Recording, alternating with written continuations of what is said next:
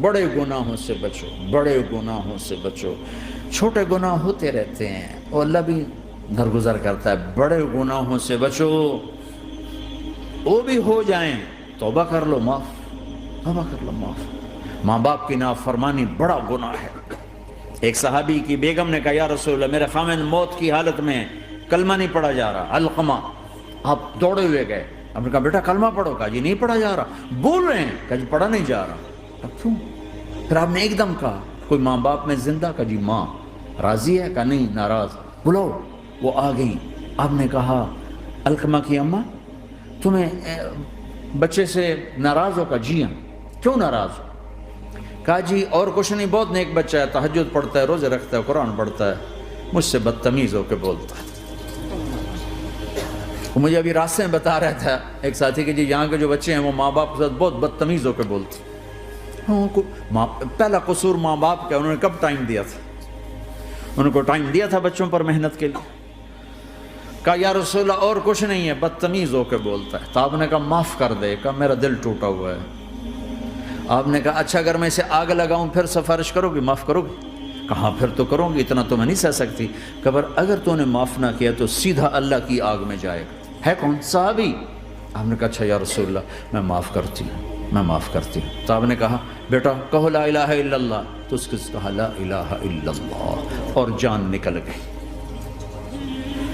پھر آپ نے اس کا جنازہ پڑھا اور اس کے دفن میں شریک ہوئے، قبر تک گئے۔ پھر آپ نے دفن کے بعد اعلان کیا جس نے ماں باپ کو دکھ دیا اس پہ اللہ کی لعنت، فرشتوں کی لعنت، زمین آسمان کی لعنت۔ نہ نماز قبول ہے، نہ روزہ قبول ہے، نہ صدقہ قبول ہے۔ کبیرہ شراب سے بچو، نشوں سے بچو، جھوٹ سے بچو، جھوٹ سے بچو، جھوٹ سے بچو، جھوٹ سے بچو۔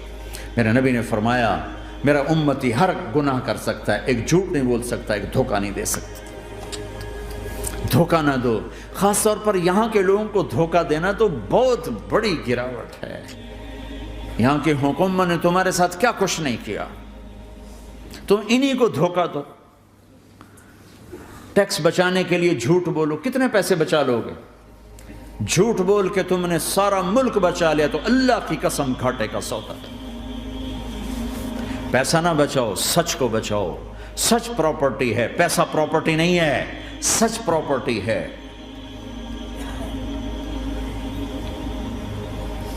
ہمارے ملکوں میں تو لوگ ٹیکس نہیں دیتے کہ حکومتیں کچھ لگاتی ہیں کچھ کھا جاتی ہیں، یہاں تو سارا تم پہ لگاتے ہیں۔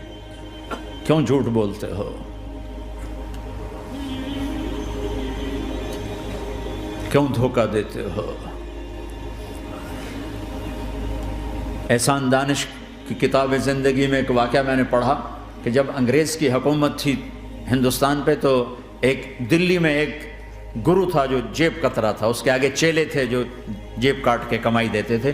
تو ایک دن ایک اس کا چیلا یعنی ایک لڑکا 2 روپے لے کر آیا، تو اس کے ٹیچر نے اس کو ڈانٹا کہ اتنے تھوڑے پیسے آج لائے ہو، صرف 2 روپے۔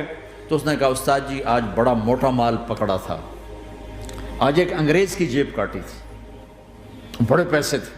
لیکن جب میں 4 قدم چلا تو مجھے خیال آیا کہ اگر قیامت کے دن عیسیٰ علیہ السلام نے میرے نبی کو طعنہ دے دیا، گلہ دے دیا کہ آپ کے امتی نے میرے امتی کی جیب کاٹی تھی، تو پھر میں اپنے نبی کو کیا جواب دوں گا؟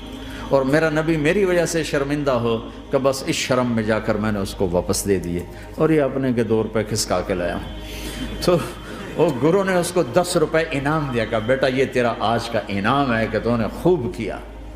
تو تمہارا ان لوگوں سے واسطہ ہے، عیسیٰ علیہ السلام طعنہ دے بیٹھے تو کدھر جاؤ؟ جھوٹ نہ بولو چاہے سب کچھ دینا پڑ جائے، جھوٹ بول کے پیسہ نہ بچاؤ، دھوکہ دے کے کاغذات نہ بناؤ۔ یہاں کی لڑکیوں سے اس لیے شادی کرنا کہ میرے کاغذات بن جائیں، اللہ کے واسطے ایسی ذلت کے کام نہ کرو۔ میرے نبی نے فرمایا جس نے دھوکہ دیا میری امت سے نکل گیا۔ نماز چھوڑنے پر کہا اس نے کفر کیا، جس نے نماز چھوڑی کفر کیا، اور جس نے دھوکہ دیا میری امت سے نکل گیا۔ من غش فلیس منا۔ جھوٹ نہ بولو، دھوکہ نہ دو، سب کچھ چلا جائے جانے دو، سچ کا ساتھ نہ، سچ کا ساتھ۔